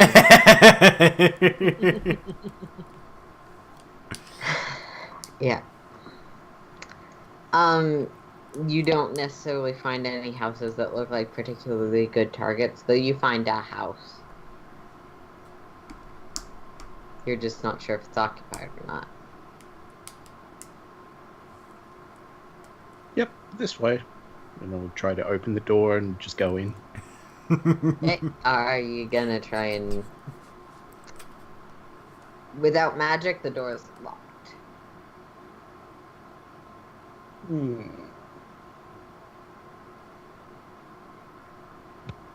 Your friend's not home?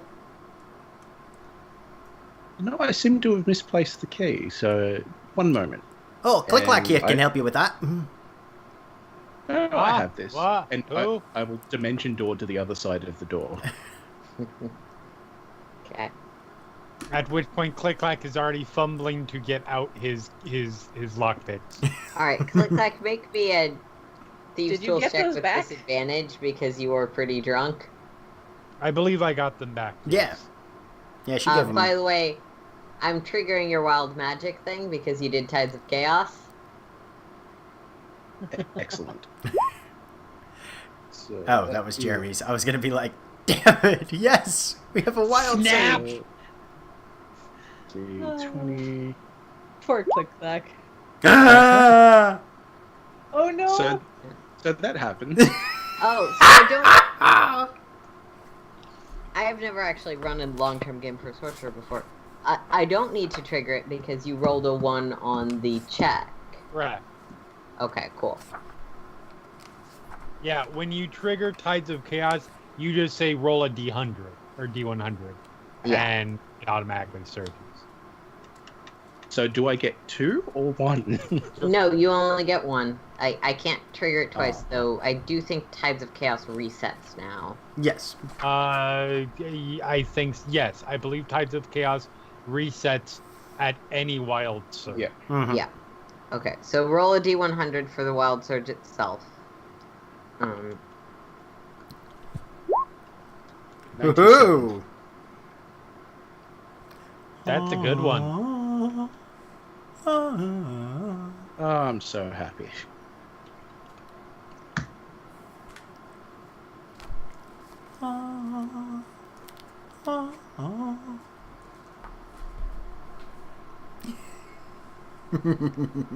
Damn it. Fuck is the stupid Sorcerer subclass. Says, I've got it for you if you want.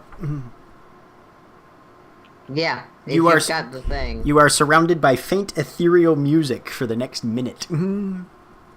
Alright. So, click, clack, you start opening the door and ding dong, where's the bells coming from? And you jam your lockpick in the door. Snap! I'm opening it from the other side. Alright. You kind of have to shove it because the lock is now jammed. Yeah. But you open up the door, click clack. In Aaron, he says, "Well, fuck Skittles." The snake is making music. Or is a music box. It's a little unclear. The fuck? It simple fate.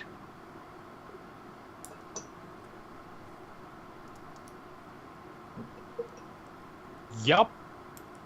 Alright. So you enter this house. Please come Seems in. to be my unoccupied, guest. at least for the moment. There's quite a few rooms with bedding and clearly some person's personal belongings, a bookshelf, and a small library. Are there any portraits on the walls?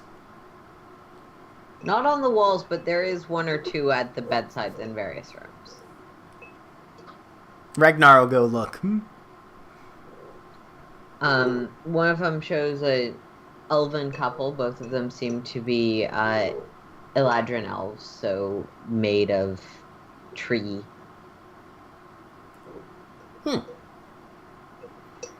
other one seems to be some sort of mass-produced portrait of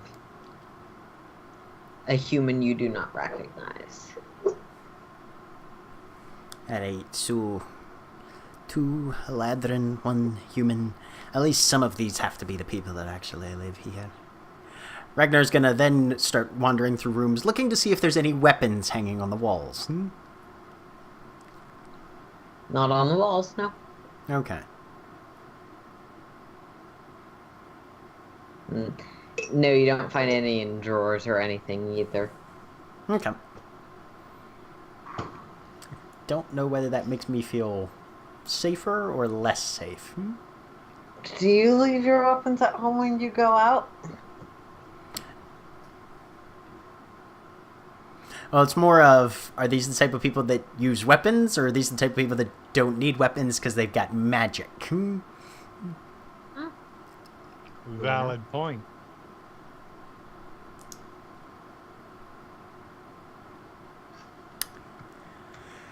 Well, this is a fascinating little residence we found ourselves in. Yep. So, who's sleeping where? Scott will look at Carsey and ask, Who lives here? My close personal friends, of course. And their names would be? Anna and Wilhelm. Uh-huh. Really last name Scream.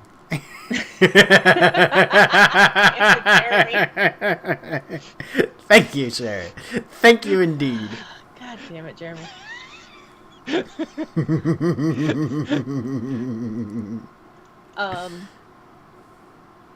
Scott will turn to Ragnar and in Elven, not caring if Carsey knows it or not, but in Elven say, "How many times have you had to break into your friend's house?" Responding in Elven. What friends?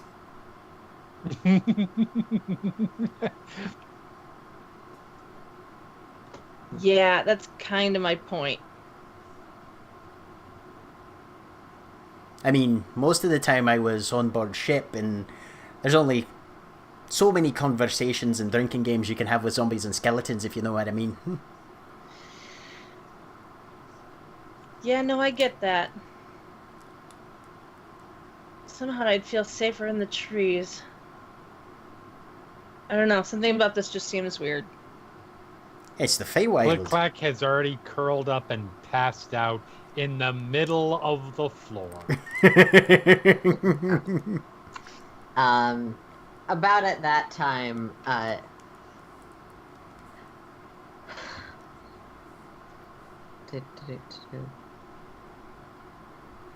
Ragnar's going to go step out onto the front porch, or wherever it was that we came in, check on the wagon, make sure the horse is tied up. Yep. Off to the side, out from immediate visual of anybody coming up the... I suppose they have a driveway or something. Mm-hmm. Sort of. A footpath, something. Roughly, yes.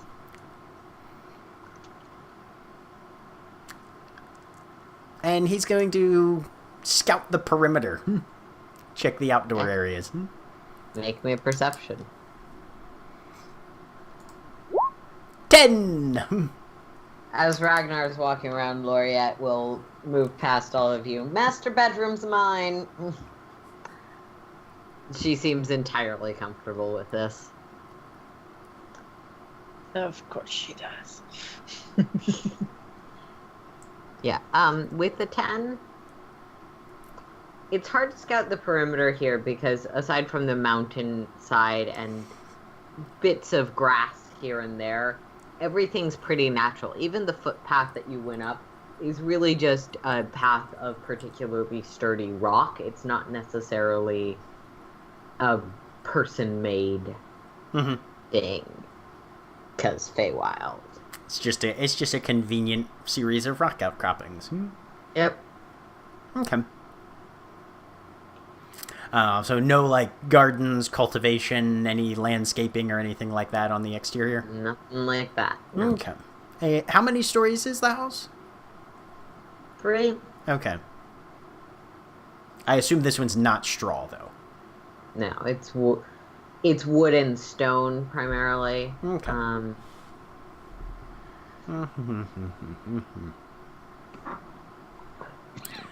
All right. And Ragnar's gonna ask who's taking which watches.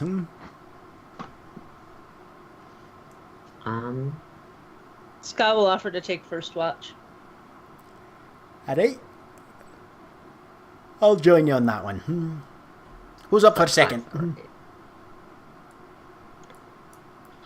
Sylvester will raise his hand. I feel it would be remiss if I didn't honor my duty as a host and offer to take a watch if that's what you wish.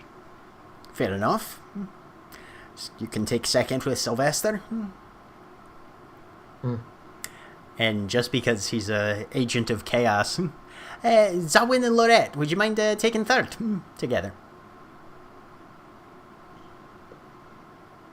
They both look at each other, and Zawin will shrug. Works for me. And Ragnar just looks at Lorette. After Zawin has walked away, she just flips you the bird and heads off to the master bedroom. Good. Some things haven't changed, at least. Yeah. So,